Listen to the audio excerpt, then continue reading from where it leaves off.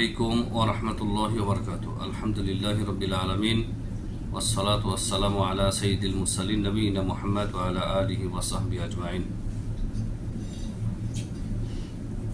সম্মানিত দর্শক শ্রোতা, আহলুস সুন্নাহ ওয়াল জামাআতের আকীদার আলোচনার ধারাবাহিক পর্বের আজকে আমাদের 122তম পর্ব। আমরা গত পর্বে 121তম পর্বে উল্লেখ করেছিলাম জাদুকর থেকে সতর্ক সাবধান থাকা এবং জাদুকর কাকে বলে, জাদুকরের আলামত, এগুলি নিয়ে আলোচনা করেছিলাম। আজকে এই পর্বে আমরা আলোচনা করব লেখকের এই কিতাব থেকে। কিতাব হচ্ছে তাওদীহুল আকিদাতুল ইসলামিয়া। এই পর্বে লেখক আলোচনা করেছেন হুকমুস সাহিরি ওয়া উকুবাতুহু, জাদুকরের বিধান এবং তার শাস্তি, এবং আরো আলোচনা করবো ইনশাআল্লাহ ইলাজুস সিহর, জাদুর চিকিৎসা। এই কয়েকটি বিষয় আজকের আলোচনাতে থাকবে ইনশাআল্লাহ। তো জাদুকর যেহেতু মুসলিম নয়, কাফের, গত পর্বে আমরা এটা প্রমাণ করেছি তার কিতাব থেকে, এবং তিনি যে দালাইলগুলি উপস্থাপন করেছেন কোরআন সুন্নাহ থেকে, কোরআন সুন্নাহর দলিলের আলোকে আমরা প্রমাণ করেছি যে জাদুকর মুসলিম নন, তিনি কাফের। তো তিনি শুরু করেছেন এইভাবে, আস-সাহিরু কাফিরুন, সাহের জাদুকর হচ্ছে কাফের। আর এই ফাতোয়া তিনি নকল করেছেন আজ থেকে 750-800 বছর আগের একজন আলেমে দ্বীন, জগৎ বিখ্যাত ইমাম শাইখুল ইসলাম ইমাম ইবনে তাইমিয়া রাহিমাহুল্লাহ। তার মাজমুউল ফাতোয়া মুজাল্লাদ, খণ্ড নম্বর হচ্ছে 29, পৃষ্ঠা নম্বর হচ্ছে 384-তে তিনি জাদুকরকে কাফের বলে ফাতোয়া দিয়েছেন, এবং তার ফাতোয়া কোরআন সুন্নাহ সম্মত, লা শাক্কা ফি যালিক। দলিল, মহান আল্লাহ তাআলা ইরশাদ করেছেন, ওয়ামা কাফারা সুলাইমান ওয়ালাকিন্নাশ শায়াতিনা কাফারু। আর সুলাইমান আলাইহিস সালাম কুফরি করেননি। ইহুদিরা, এই জঘন্য ইহুদি হচ্ছে শাররুল খালকে ফিল আরদ, জমিনের মধ্যে সবচাইতে নিকৃষ্ট সৃষ্টি হচ্ছে ইহুদি। এদের মতো নিকৃষ্ট আর কোনো মানুষ বা প্রাণী হতে পারে না। তারা সুলাইমান আলাইহিস সালামের উপরে তিনি জাদুকর, তিনি জাদু করতেন, জাদু জানতেন, এই তহমত দিয়েছিল। কত দুষ্ট, চিন্তা করেন। নবীর উপরে, আল্লাহর নবী সুলাইমান আলাইহিস সালাম, তার উপরে মিথ্যা তহমত দিতে তারা দ্বিধাগ্রস্ত হয়নি বা একবার চিন্তা করেনি। তাকে তারা জাদুকর আখ্যা দিয়েছে। এই জন্য তাদের এই তহমত থেকে, মিথ্যা হওয়ার থেকে আল্লাহ রাব্বুল আলামিন তার নবী সুলাইমান আলাইহিস সালামকে মুক্ত ঘোষণা করেছেন, এবং তা আমাদেরকে জানিয়ে দিয়েছেন। সূরা বাকারার আয়াত নম্বর 102 আল্লাহ তাআলা বলেছেন, ওয়ামা কাফারা সুলাইমানু, সুলাইমান কুফরি করেনি, ওয়ালাকিন্নাশ শায়াতিনা কাফারু, বরং শয়তানরা কুফরি করেছিল।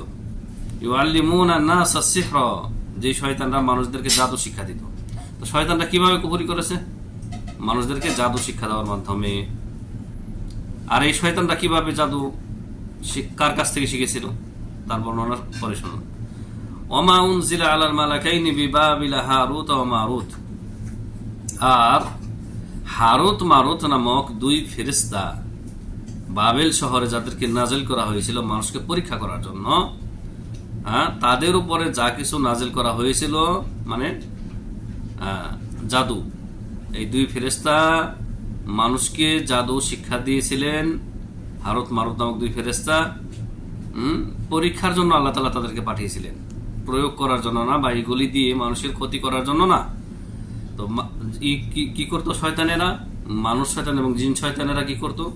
এই দুই ফেরেশতার কাছ থেকে, হারুত মারুতের কাছ থেকে জাদুবিদ্যা শিক্ষা লাভ করত, আর সেগুলি মানুষের উপরে তারা প্রয়োগ করত।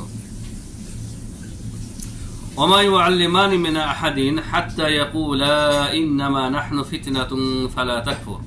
এই দুই ফেরেশতা হারুত মারুত কাউকে জাদুবিদ্যা শিক্ষা দিত না, তবে যাদেরকে শিক্ষা দিত, শিক্ষা দেওয়ার আগেই তারা বলতো যে দেখো, আমরা পরীক্ষার জন্য আল্লাহ তাআলা আমাদেরকে পাঠিয়েছেন, সুতরাং এই জাদুবিদ্যা আমাদের কাছে শিখে মানুষের উপরে প্রয়োগ করে তোমরা কাফের হও না, তোমরা কাফের হও না, কুফরি করো না, ফালা তাকফুর, কুফরি করো না। তাহলে এই হারুত মারুতের ঘটনা কোরআনে কারিমে সংক্ষেপে এসেছে। তো এই নিয়ে আবার আমাদের দেশে, আমাদের সমাজে ওয়াজ মাহফিলের হুজুররা, বিশেষ করে ওয়াইজিনেরা, যাদের আয় ইনকামের সোর্স হচ্ছে ওয়াজ মাহফিলের ব্যবসা, তারা মুখরোচক ভাবে কোরআনে যতটুকু আছে ততটুকুর সাথে আরো নিজেদের পক্ষ থেকে এবং ইসরায়েলি যে মিথ্যা রেওয়ায়েত রয়েছে, ইসরায়েলি ইহুদিদের কিতাব থেকে, সেই মিথ্যা রেওয়ায়েত এখানে সংযোগ করে তারা তিলকে তাল করে সেগুলি বয়ান করে ওয়াজ মাহফিলে। সত্যের সাথে মিথ্যাকে সংমিশ্রণ করে মানুষের মধ্যে এই গাল গল্প বানিয়ে আরো অধিক বেশি তারা কি করে, অতিরঞ্জন করে প্রচার করে, যেগুলি মিথ্যা বানোয়ার। কোরআনে কারিমে যতটুকু এসেছে এবং এর ব্যাখ্যায় রাসূল সাল্লাল্লাহু আলাইহি ওয়াসাল্লাম যতটুকু বলেছেন, এর বাইরে হারত মারত সম্পর্কে বা পূর্ববর্তী কোনো জাতি সম্পর্কে, কোনো নবী সম্পর্কে জানার কোনো মাধ্যম নেই। তাহলে সূরা বাকারার আয়াত নম্বর 61 আল্লাহ তাআলা বলেছেন যে শয়তানেরা কুফরি করেছে ফেরেশতাদের কাছ থেকে জাদুবিদ্যা শিক্ষা করে মানুষের উপরে প্রয়োগ করে। কি করতো তারা? এখানে লেখক আয়াত সংক্ষেপ করেছেন, মানে একটি আয়াত নিয়ে এসেছেন। এই আয়াতের পরে যে আরো রয়েছে বিবরণ তা আনেননি, কারণ লেখকের উদ্দেশ্য হচ্ছে যে সাহের বা জাদুকর যে কাফের, তার দলিল শুধু নেওয়া এই আয়াত থেকে। এই জন্য তিনি অতিরিক্ত আয়াতের বাকি অংশটুকু আনেননি, প্রয়োজন নেই তার। তো বাকি আয়াতে রয়েছে যে তারা মানুষের ইউফারিকুনা বাইনাল মারই ওয়া যাওজিহি, জাদু প্রয়োগ করে শয়তানেরা স্বামী স্ত্রীর মধ্যে বিচ্ছেদ ঘটাতো, পরিবারের মধ্যে বিচ্ছেদ ঘটাতো, মানুষকে অনিষ্ট করত। এই বিভিন্ন অনিষ্টের কথা রয়েছে। আয়াত একটু লম্বা বা পরবর্তী আয়াতে। তারপর লেখক বলছেন ওয়াসাহিরু মুফসিদুন ফিল আরদ, জাদুকর হচ্ছে পৃথিবীতে বিপর্যয় সৃষ্টিকারী। জাদুকর পৃথিবীতে ফিতনা ফাসাদ সৃষ্টিকারী।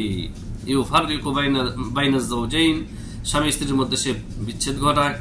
ওয়া ইউশাত্তিতুল উসারাল মুজতামা, সমাজের যে পরিবার ব্যবস্থা রয়েছে তা সে ভেঙে টুকরো টুকরো করে দেয়।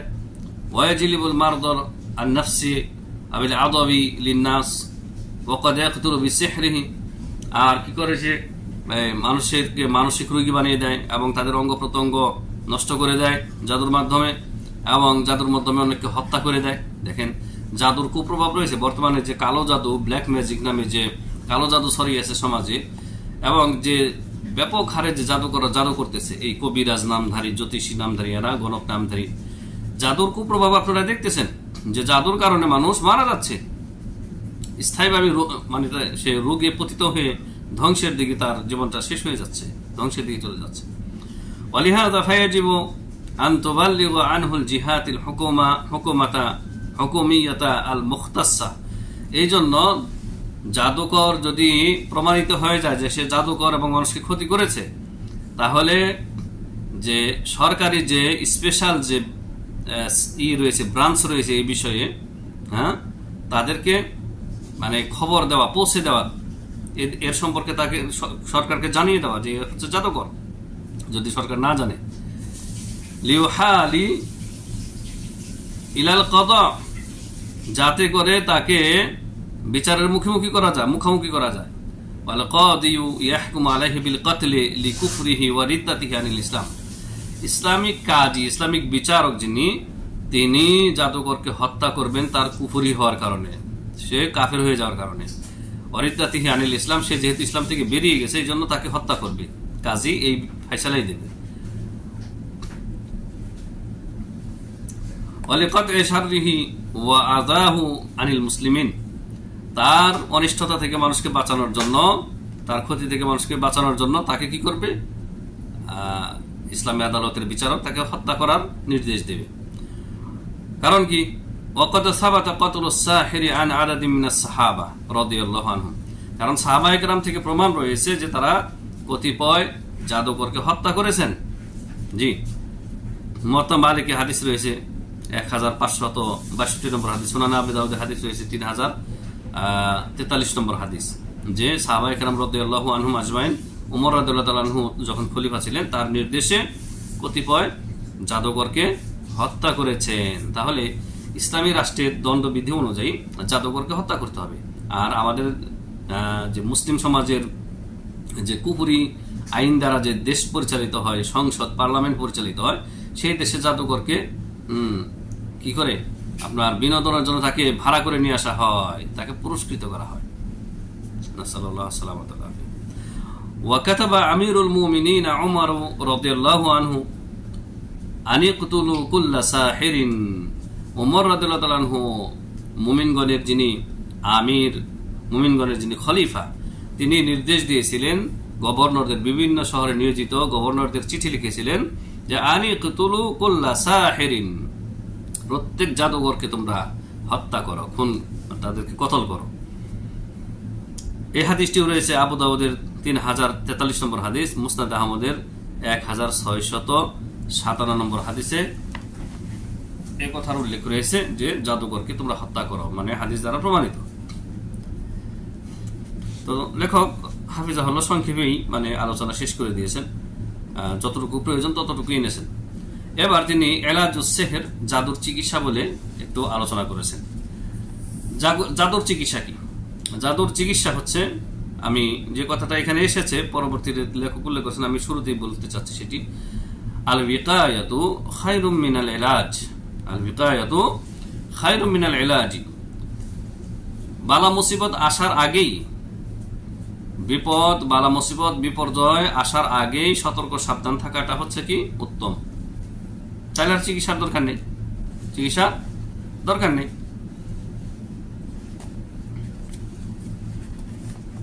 আল ইস্তিকামাতু আলা শরিয়াহ, 1 নম্বর চিকিৎসা হচ্ছে জাদু থেকে নিরাপদ থাকার। আল ইস্তিকামাতু আলা শরিয়াহ, শরীয়তের পাবন্দি করা, ইসলামী শরীয়তের উপর অটল অবিচল থাকা। ওয়াল মুহাফাজাতু আলা সালাওয়াত, 5 ওয়াক্ত নামাজ এর হেফাজত করা। তাহলে শরীয়তের যে বিধিবিধানগুলি রয়েছে, ফরজ ওয়াজিব, এগুলি পালন করা, হারাম নাজায়েজ থেকে বেঁচে থাকা, আর 5 ওয়াক্ত সালাতের হেফাজত করা। ওয়া কিরাআতুল কোরআন, বেশি বেশি কোরআন তেলাওয়াত করা। ওয়া মুলাজামাতুল আযকারিস সাহিহা, বিশুদ্ধভাবে প্রমাণিত যে জিকির আজগারগুলি রয়েছে সেগুলির পাবন্দ করা, সেগুলি নিয়মিত আদায় করা। আসবাবুন তাহফাযু বিইذنিল্লাহি মিন মাকাইদিশ শায়াতিন ওয়াস সাহারাতি, এগুলি এই যে বলা হলো যে শরীয়তের উপরে ইস্তেকামাত, অটল অবিচল থাকা, 5 ওয়াক্ত সালাতের হেফাজত করা, কোরআন তেলাওয়াত করা, তারপর আপনার যে মাসনুন জিকির আজগার রয়েছে সেগুলি করা, এগুলি এমন আসবাব, উপায় উপকরণ যে আল্লাহর রহমতে, আল্লাহর আদেশে, আল্লাহর ইচ্ছায় সমস্ত শয়তান এবং সমস্ত জাদুকরদের যে চক্রান্ত রয়েছে, ঘৃণ্য ষড়যন্ত্র রয়েছে, সেগুলি থেকে অবশ্যই এগুলি হেফাজত করবে আমাকে, আপনাকে। ওয়া তাসাল্লুতুহিম আলান নাস ওয়াল বিকায়াতু খায়রুম মিনাল ইলাজ, এই যে কথাটা আমি আগে বলেছি সেটা এখন উল্লেখ করেছেন যে ওয়াল বিকায়াতু খায়রুম মিনাল ইলাজ, সতর্ক সাবধান থাকা চিকিৎসা করার চাইতে উত্তম। মানে বালা মুসিবত আসার আগে যদি আপনি সতর্ক সাবধান থাকেন যাতে বালা মুসিবত, বিপদ আপদ না আসে, সেটা উত্তম। ওটার চাইতে যে আপনি বালা মুসিবতে পড়ে গেছেন তারপরে চিকিৎসা করে ভালো হবেন, ওর চাইতে উত্তম হচ্ছে আগে আপনি সতর্ক সাবধান থাকেন। ওই সতর্ক সাবধান কিভাবে থাকবেন? এই শুরুতে বলা হলো, দিনের উপরে ইস্তেকামাত, অটল অবিচল থাকা, 5 ওয়াক্ত সালাতের হেফাজত করা, কোরআন তেলাওয়াত করা, জিকির আজগারগুলি সুন্দরভাবে আদায় করা। এগুলো হচ্ছে আল বিকায়া। এগুলো কি? আল বিকায়াতু। তাহলে এই যে আমাদের সমাজে এই ব্যাপক পরিমাণে যে জাদুর প্রয়োগ হচ্ছে, জাদুগ্রস্ত হচ্ছে মানুষজন, এর কারণ কি? এরা এই যে বিকায়ার কথা বলা হলো, সতর্ক সাবধান থাকে, এগুলিতে তারা নাই। এরা শরীয়তের পাবন্দ না, অধিকাংশ আল্লাহর আদেশ নিষেধ পালন করে না। তারপর 5 ওয়াক্ত সালাতের ধারে কাছে অনেকে নাই। কোরআন তেলাওয়াত তো বছরে কবে করেছে তার সঠিক মনে নেই। সুন্নতি জিকির আজগার এগুলি ধারে কাছে নেই। এই জন্য এরা জাদুগ্রস্ত হচ্ছে, আর তখন বেশি বেশি দৌড়াচ্ছে রাকিদের কাছে। রাকিদের মধ্যে আবার 2 প্রকার রাকি আছে, মানে যারা ঝাড়ফুঁক করেন তারা 2 প্রকার। এক প্রকার হচ্ছেন বাস্তবিক অর্থে কোরআন সুন্নাহর রাকি, তারা কোরআন সুন্নাহ দিয়ে ঝাড়ফুঁক করেন এবং মুখলেস মানুষ, মানে এটাকে ব্যবসা হিসেবে গ্রহণ করেনি। আরেক প্রকারের রাকি রয়েছে, কোরআন হাদিস দিয়েও ঝাড়ফুঁক করে, আবার কোরআন হাদিসের বাইরে বহু বেহুদা কথাবার্তা তারা ঝাড়ফুঁকের মধ্যে উল্লেখ করে থাকেন, এবং তারা কমার্শিয়াল। তারা কি কমার্শিয়াল? আপনার আল্লামা সালেহ আল ফাওজান হাফিজাহুল্লাহকে জিজ্ঞাসা করা হয়েছিল, বর্তমানে যিনি সৌদি আরবের সবচেয়ে বড় আলেম, যদিও তিনি গ্র্যান্ড মুফতি না, কিন্তু সবচেয়ে বড় ফাকিহ এবং আকীদার বড় শাইখ। শেখ সালেহ আল ফাওজান হাফিজাহুল্লাহকে বলা হয়েছিল যে বর্তমানে যে এটা আপনার ইউটিউবে পেয়ে যাবেন আপনি সার্চ দিলেই, বর্তমানে কিছু রাকির দোকান খুলে বসেছেন, মানে ঝাড়ফুঁকের দোকান খুলে বসেছেন। এর বিধান সম্পর্কে প্রশ্ন করা হয়েছিল, তিনি জবাব দিয়েছেন যে না, এটাকে ব্যবসা হিসেবে গ্রহণ করার কোনো অবকাশ নেই, কোনো অবকাশ নেই। কেউ যদি আপনার ঝাড়ফুঁক করলো, ঝাড়ফুঁক করার পরে তারপর তাকে মানে পারিশ্রমিক কিছু দিয়ে দেওয়া হলো, বা সে যদি মহতাজ থাকে নিয়ে নিতে পারে, কিন্তু এটাকে সে একদম এটাই সে ব্যবসা হিসেবে গ্রহণ করবে, উপার্জনের একমাত্র মাধ্যম হিসেবে গ্রহণ করবে, এমনটা কোনো সাহাবায়ে কেরাম করেননি।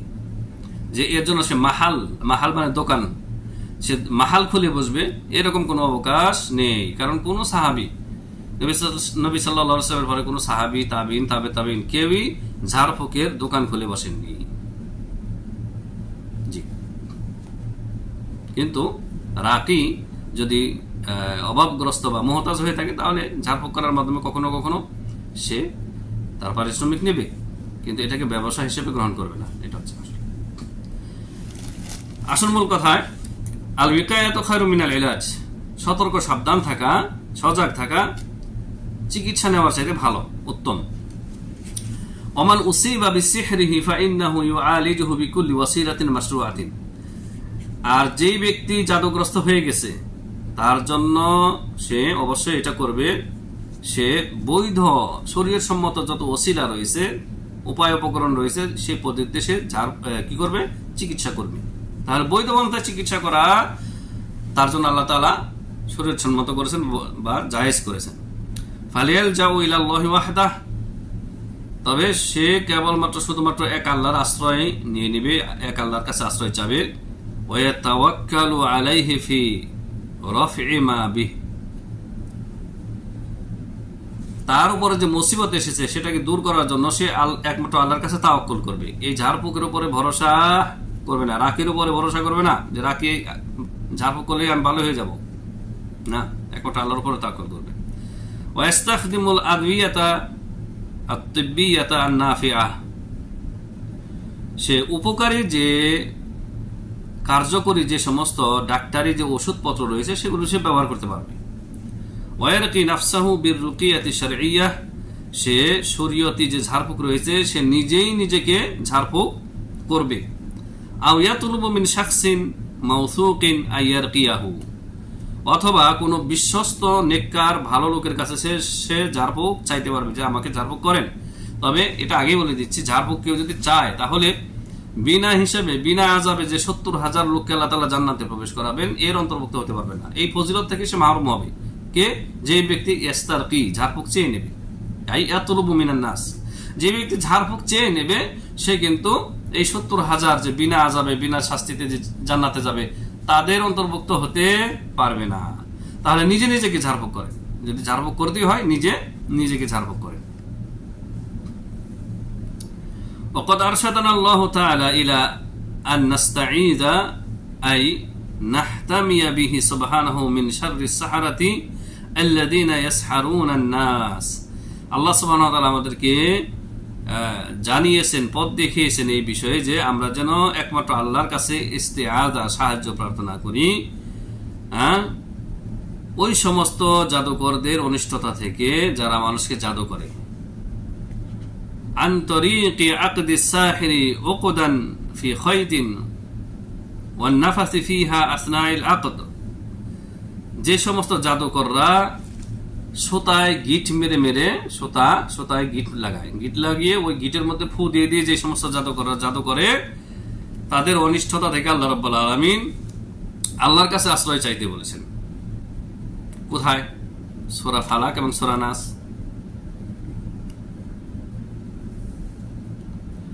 নাফাস হচ্ছে নাফাসের অর্থ করেছেন লেখক আর নাফখু বিগয়রি তাফলিম। নাফাস হচ্ছে এমন ফু যে ফুয়ের সাথে থুতু বের হয় না, যে ফুয়ের সাথে থুতু বের হয় না।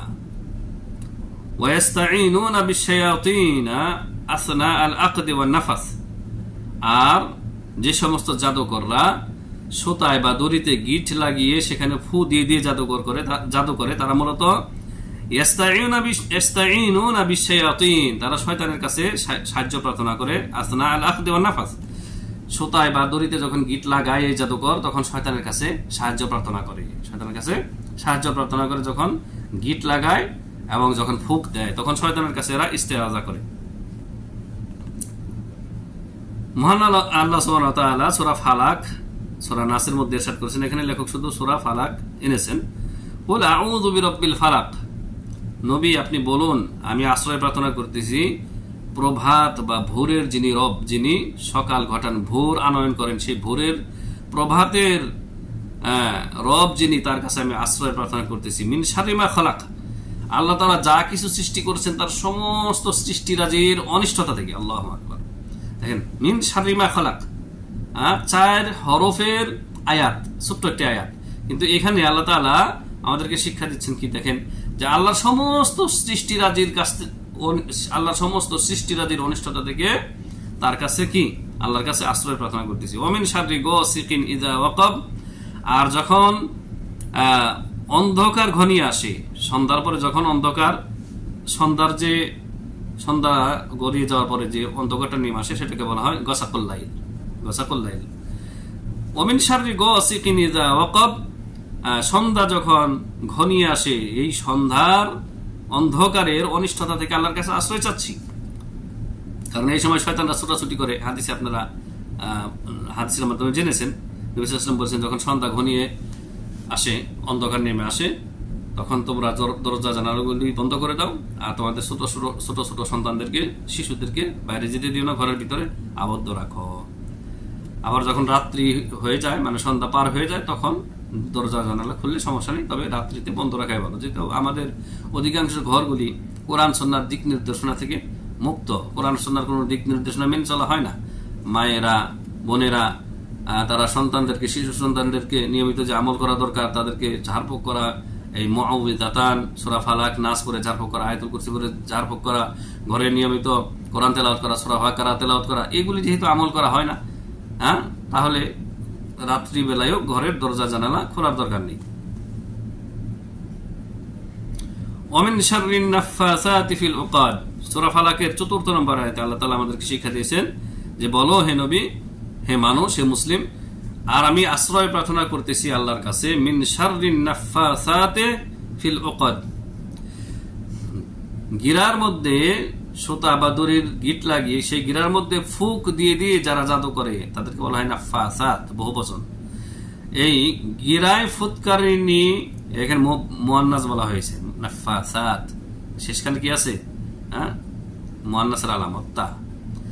তো মহিলাদের মধ্যে বেশিরভাগ এই জাদুকরগুলি রয়েছে গ্রামে গঞ্জে। গত পর্বে উল্লেখ করেছি যে তবিবুন সাব, আঞ্চলিক ডাক্তার, কবিরাজ না, এরা কবিরাজ না, এরা হচ্ছে জাদুকর। তো যে সমস্ত ফুৎকারিনী মহিলারা গিরায় ফু দিয়ে দিয়ে জাদু করে, আল্লাহ তাদের অনিষ্টতা থেকে আশ্রয় প্রার্থনা করতেছি। তো এই যে সূরা ফালাক, এই সূরা ফালাকের মধ্যে আল্লাহ রাব্বুল আলামিন আমাদেরকে নির্দেশ করেছেন, পথ দেখিয়েছেন, হেদায়েত দিয়েছেন যে আমরা যেন আল্লাহর কাছে আশ্রয় প্রার্থনা করি এই জাদুকর, জাদুকরনী এদের অনিষ্টতা থেকে। ويحرم علاج السحر وحله عن طريق ساحر, আর জাদুর চিকিৎসা, জাদুর সমাধান, জাদু দিয়ে করা, জাদু দিয়ে জাদু নষ্ট করা, কথায় জাদু দিয়ে জাদু নষ্ট করা বা জাদু দিয়ে জাদুর চিকিৎসা করা এটা হারাম, এটা হারাম। ফাযালিকা ইআনাতু লিস-সাহারাতি, কারণ এতে কি করা হয়, জাদুকরেরই চিকিৎসা নেওয়া হয়, সাহায্য নেওয়া হয়, জাদুকরের সাহায্য নেওয়া হয়। ওয়া দা'মুল লাহুম, এবং এটা তাদের সমর্থন করা। জাদু দিয়ে যখন আপনি জাদুর চিকিৎসা করবেন, এক জাদু নষ্ট করার জন্য যখন আরেকজন জাদুকরকে আপনি নিয়ে আসবেন, তখন মূলত আপনি কি জাদুকরকেই সমর্থন করলেন, এটা হারাম। এটাকে আরবিতে বলা হয় বা হাদিসের ভাষায় বলা হয় নুসরা, আর নুসরা হারাম। নুসরা মানে জাদু দিয়ে জাদু নষ্ট করা বা জাদু দিয়ে জাদু চিকিৎসা করা। ওয়া জিয়াদাতুন ফিশ শার, জাদু দিয়ে জাদুর চিকিৎসা করা এটা অনিষ্টতা আরো বাড়ানো, কমানো না, কমে না, খারাপই আরো বাড়ে। যেমন কেউ যদি পেশাব দিয়ে পেশাব দিতে যায়, পেশাব দিতে যায়, অথবা পায়খানাকে পেশাব দিয়ে দিতে যায়। অনেকে এই সমস্ত যুক্তি পেশ করে যে পায়খানার চাইতে পেশাব যেহেতু হালকা, তো পায়খানাকে পেশাব দিয়ে ধুইলে বুঝি একটু ভালো, মন্দের ভালো না, দুইটাই নাফাকে গালিয়ে যা, কিভাবে আপনার ভালো হলো? জাদু দিয়ে জাদুর চিকিৎসা করা বা নষ্ট করা, এটা মূলত আকিদার বরবাদ করা, নিজের আকিদা ইমান নষ্ট করে দেওয়া। ওয়াকাদ জাআল ওয়াঈদু ফি মান যাহাবা ইলাল কুহানি ওয়াল আররাফিন, যারা জাদুকর, জ্যোতিষী এবং গণকের কাছে যায় তাদের ক্ষেত্রে কঠিন শাস্তির ধমকি এসেছে। ওয়াসাহিরু মুশারিকুন লাহুম ফি ইদআই ইলমিল গায়ব, কারণ জাদুকর সেই ব্যক্তি, যে ব্যক্তি জাদুকর, জ্যোতিষী, গণক, সেই ব্যক্তি ইলমুল গায়েব, সে ইলমুল গায়েবের দাবিদারের মধ্যে সে নিজেকে সম্পৃক্ত করে বা শরীক করে, সে দাবি করে যে সেও গায়েব জানে। ওয়াফি ইবাদাতিশ শায়াতিন, সে শয়তানের আরাধনা করে, কারণ শয়তানের আরাধনা ছাড়া, পূজা অর্চনা ছাড়া কোনো জাদুকর জাদু করতে পারবে না বা জাদু দেখাতে পারবে না, জাদুর বাস্তবায়ন করতে পারবে না। নবী সাল্লাল্লাহু আলাইহি ওয়াসাল্লাম ইরশাদ করেছেন, মান আতা কাহিনান আও আররাফান, যে ব্যক্তি কোনো জাদুকর বা জ্যোতিষীর কাছে আসলো, ফাসাদ্দাকাহু বিমা ইয়াকুলু ফাকাদ কাফারা বিমা উনজিলা আলা মুহাম্মাদিন সাল্লাল্লাহু আলাইহি ওয়াসাল্লাম, জাদুকর, জ্যোতিষী এবং গণকের কাছে যে ব্যক্তি আসলো এবং তার কথাকে বিশ্বাস করলো, জাদুকর বা গণক বল যে দেখি তোমার হাত বাড়ি দাও, দেখি হাত দেখে, হাতে দেখা দেখে বলো তোমার কপালে শনি আছে, তোমার কপালে শনি আছে, তোমার ওদের ভবিষ্যতে বড় ধরনের একটা ফারাক আছে, ফারাক, এই সমস্ত বিভিন্ন ভাষা ব্যবহার করে, তোমার উপরে বড় মুসিবত আসতে যাচ্ছে। কি করা, এই জাহেল মূর্খগুলি বলে তার কি করতে হবে?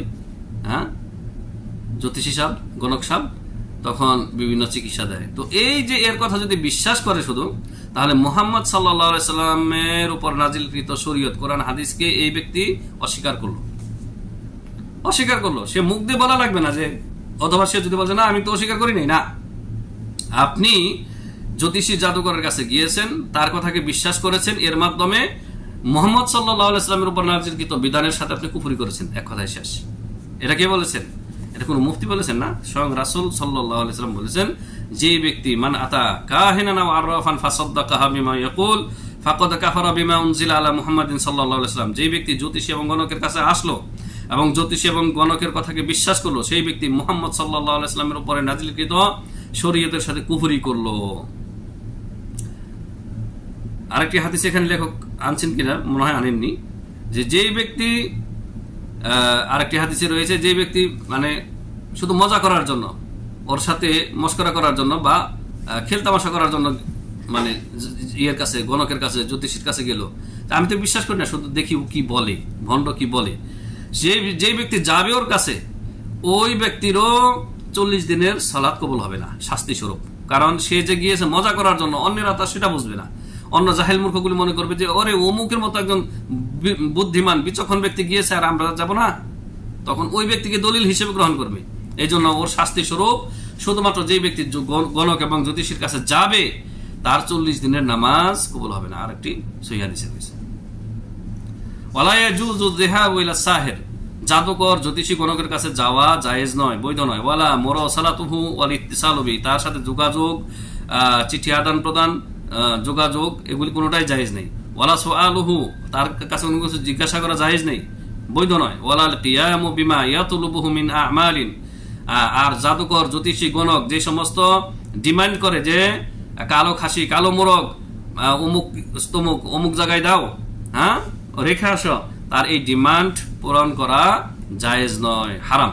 ওয়ালা ইস্তিখদামু মা ইউতিহিন নাস মিন আশিয়া, জাদুকর, জ্যোতিষী, গণক যে সমস্ত জিনিস ব্যবহার করার জন্য দেয় যে এটা হচ্ছে তোমার এলাজ চিকিৎসা, এগুলো ব্যবহার করা জায়েজ নয়, হারাম।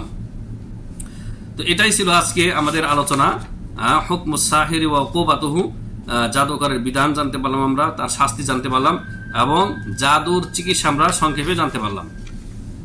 ইনশাআল্লাহ আমরা পরবর্তী পর্বে আলোচনা করব ওয়ান্নাসু ফিস সিহরি তরফান মাযমুমান ওয়া ওয়াসাতুন মামদুহুন, জাদু বিশ্বাস করা না করার ক্ষেত্রে মানুষ দুই দিকে চলে গেছে, এই বিষয়ে সামনে ইনশাআল্লাহ আমরা আলোচনা করব। তারপর লেখক এই বিষয়ে মাশাআল্লাহ অনেক বিস্তারিত আলোচনা করেছেন, জাদুকর, জ্যোতিষী, কাহেন, বিভিন্ন উদাহরণ দিয়েছেন। হ্যাঁ, তারপর কোন কোন জিনিস